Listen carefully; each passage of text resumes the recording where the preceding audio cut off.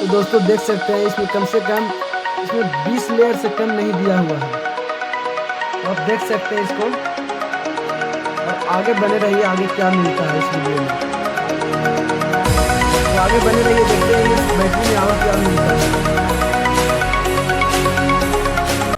Hello दोस्तों, मैं हूं सौरभ और आप देख रहे हैं क्रेजी सौरभ हैकर। आज हम इस बैटरी को देखने वाले क्या क्या चीज से बनता है। तो चलिए देखते हैं क्या क्या चीज मिलाकर इसे बनाया जाता है। तो वीडियो में बने रहिए। तो चलिए आपको दिखाते हैं क्या क्या मिलाकर